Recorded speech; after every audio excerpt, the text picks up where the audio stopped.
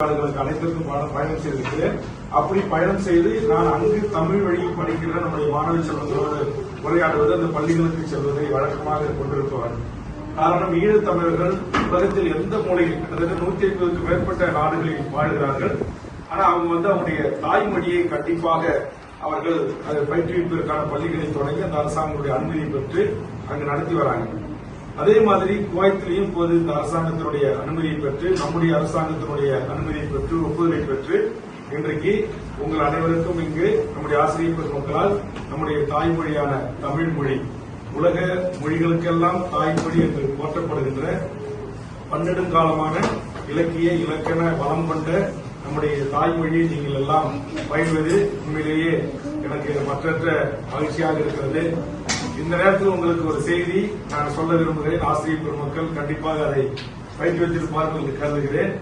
நீங்கள் ஒவ்வொருவரும் நம்முடைய தாய்நாட்டில், தமிழ்நாட்டில் உங்களுடைய சொந்த மாவட்டம், உங்கள் சொந்த சட்டமன்ற தொகுதி, நாடாளுமன்ற தொகுதி, உங்களுடைய கிராமம், உங்களை பெற்று வளர்த்து ஆளாக்கிய தாய் தந்தையருடைய பெயர், தாத்தா பாட்டி, சித்தப்பா மாமா, தாய்மாமனுடைய பெயர்கள், இதையெல்லாம் கண்டிப்பாக இது நம்முடைய வேர்கள். இதையெல்லாம் நீங்கள் நினைவில் வைத்துக் கொள்ள வேண்டும்.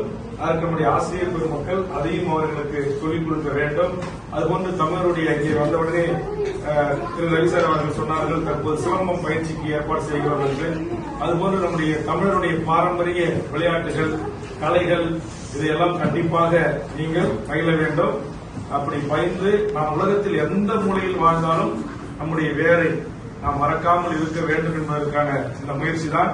இந்த முயற்சிக்கு 4 இடங்களில் இந்த நாட்டில் நடைபெறுவதைக் கண்டு உண்மையிலேயே நான் மகிழ்ச்சி அடைகிறேன்.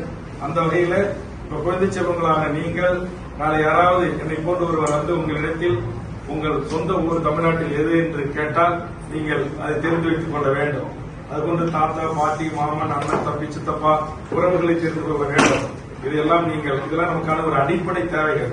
அதுபோன்று நம்முடைய இந்திய நாட்டின் இருக்கின்ற பிற மாநிலங்கள், நம்முடைய தமிழ்நாடு, அங்கிருந்து எத்தனை மாவட்டங்கள் இருக்கிறது, எத்தனை சட்டமன்ற தொகுதி இருக்கிறது, நாடாளுமன்றம் என்றால் என்ன, சட்டமன்றம் என்றால் என்ன என்பதெல்லாம் இந்த ஆரம்ப கல்வியில் படிக்கின்ற மாணவர்களுக்கு அதை தெரிந்து கொள்வதற்கான வாய்ப்புகள் வயதின் காரணமாக, சூழலின் காரணமாக இல்லை என்றாலும் அடுத்தடுத்த நிலைகளுக்கு 8ஆம் வகுப்புக்கு மேல 10ஆம் வகுப்பு போன்ற படிக்கிற மாணவ செல்வங்கள் அந்த அடிப்படைகளை எல்லாம் நீங்கள் தெரிந்து வைத்துக் கொள்ள வேண்டும். அதற்கு நம்முடைய ஆசிரியர் பெருமக்களிடத்தில் அதற்கான விடையை கேட்டு நீங்கள் தெரிந்து கொள்ள வேண்டும் என்பது என்னுடைய ஆவல்.